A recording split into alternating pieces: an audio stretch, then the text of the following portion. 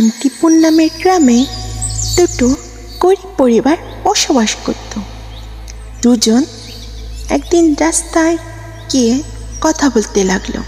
ছেলেটা বলল, শোন, জানিস আমি যদি ধনী হতাম তাহলে আমার অনেক টাকা পয়সা থাকতো আর আমি অনেক সম্মানও দিত, জানিস। শুধু টাকা পয়সায় থাকলে লোকে ধনী হয় না। টাকা পয়সা দিয়ে তো আর সুখ শান্তি কিনতে পারবি না, তাই না? বল। পেলেন আসলো। এই, তোরা কোথায় গিয়েছিলি? এই শোন, জানিস আমি একটা গুপ্তধনের খবর পেয়েছি। তুই কি যাবি আমার সাথে? বল ছেলে, বল জলদি জলদি, আমি আবার লেট করতে চাই না। যদি যাস তাহলে বল আমাকে। তুমি কি সত্যি জানো কোথায় গুপ্তধন আছে? তুমি ওর কথা শোনো না, ও মিথ্যেবাদী। সেই জন্য ওর ঘর বাড়ি নেই, ও লোভ করে, বুঝতে পারলাম। তুই কেন মধ্যে কথা বলতেছিস? তুই তো একটা গরিব ভিখারি কোথাকার। তুই এরকমই থাকবি সারা জীবন। তোমাকে আবারও বলতেছি, তুমি কিন্তু ওর সাথে যেও না, ও কিন্তু খারাপ মানুষ। এখন কি করব? একবার যেই দেখি না কি হয়।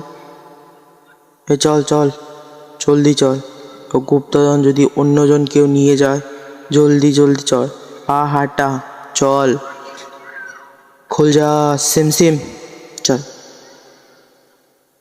ও বাবা, এত সোনা দানা! তোকে তো বলেছিলাম, তুই আসতেই চাইলি। একটু ছুঁয়ে দেখবো, চল দেখি একটু। এই, আমাকে ধরিস না। আমার সাথে লোভ করলে তো মৃত্যু হবে। আমি বলেছিলাম ওর সাথে এসো না, ওর তো শয়তান লোক, ও লুপ করেছে, ওর মৃত্যু হবে এখন। দেখো, ওই দেখো। চলো চলো চলো, আমরা পালাই, চলো চলো, জলদি জলদি চলো। সত্যি ও আমাকে ফাঁসানোর জন্য নিয়ে গেছিল।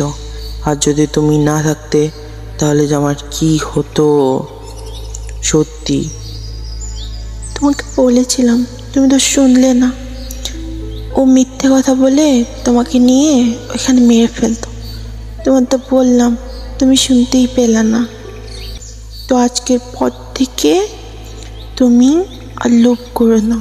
লোভে পাপ, পাপে মৃত্যু, বুঝতে পারলা?